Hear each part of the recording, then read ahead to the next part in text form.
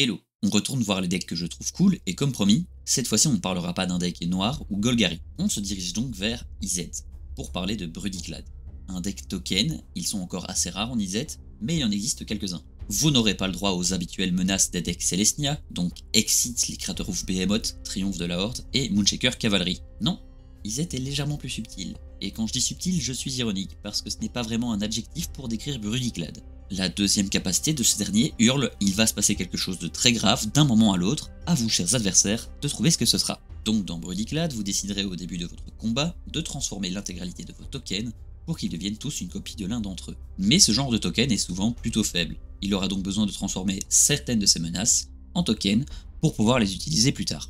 D'ailleurs, Bloomburrow lui a apporté pas mal de nouveaux amis. Brudiclad, de par son accès au bleu et au rouge, est largement plus enclin à créer les tokens via des moyens détournés. Certes, il pourra utiliser des cartes comme Young Pyromancer pour atteindre une masse inarrêtable, mais son but sera souvent de faire des copies de ce genre de cartes pour en abuser encore plus. Il utilisera donc des cartes comme Helm of the Host, Jaxist ou Cackling Counterpart pour arriver à ses fins. Il y a tout de même un point de règle que je dois clarifier. Lorsqu'un token est créé et qu'il comporte une clause comme celle de Jaxis, disant sacrifiez-le au début de votre prochaine étape de fin, si cette clause ne fait pas partie de la même phrase que celle qui a mis le token en jeu, c'est une capacité déclenchée retardée, et elle ne s'applique qu'aux tokens créés par Jaxis. Et ce, même s'il change de forme via Brudiclad, ou si les autres tokens deviennent une copie de celui-ci. A l'inverse, si c'est indiqué sur le jeton, comme les jetons créés par Rite of Raging Storm, vous devrez tous les sacrifier. Revenons-en à Brudiclad.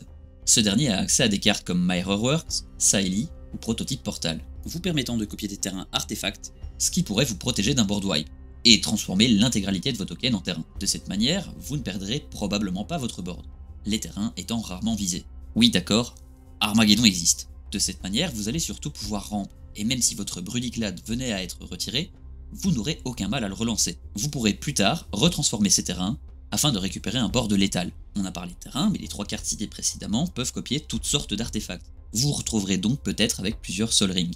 Et autant vous dire que c'est plutôt fort. Alors je vous vois venir, ce serait génial de créer des copies d'une carte comme Blightsteel Colossus. Oui, ce serait génial. Des copies de Ancient Copper Dragon. Oui, de même. Mais sachez qu'il sera tout aussi plaisant de créer des copies de Signal Pest ou même de Rosnacht. Mais en plus de ça, les adversaires seront plus facilement surpris par ce genre de cartes que par les menaces coûtant très cher, parce qu'elles arriveront plus vite et vous aurez souvent assez de mana pour jouer la carte et la copier pendant le même tour. Ce qui en fait un deck surprenant, qui pourra se fournir de différents types de cartes qui seront très souvent tout à même de finir des parties par un seul et unique fait, Brudiclad les rendra toutes létales.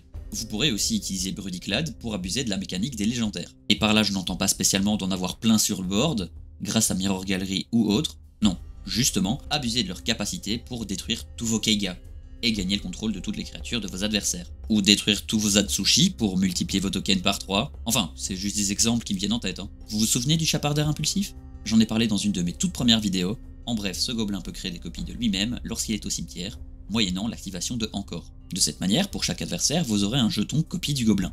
Mais quand il meurt, vous obtenez des trésors. Donc cette carte vous permet de base d'elle-même faire des jetons, et si elle meurt lors de l'attaque, elle se remplacera pour le prochain tour, ou sera utilisée pour faire du mana. En bref, Brudiclad est un des commandants que je préfère pour sa capacité à passer d'un board à l'autre en un instant. De cette manière, il est capable de faire un amas incommensurable de mana ou de terrain, mais aussi de se transformer en véritable menace en une seule phase d'attaque. Il est donc capable d'être différent à chaque tour, ce qui le rend surprenant, mais aussi versatile. Et bien évidemment, un deck rouge qui fait des tokens, vous vous en doutez, il ne faudra pas très longtemps avant qu'il fasse des phases d'attaque infinies, avec les habituels combats de Celebrant et Portrazor. Mais ça, c'est une autre histoire. Merci d'avoir regardé la vidéo, n'hésite pas à laisser un like et un commentaire, et surtout, à t'abonner si tu ne l'es pas.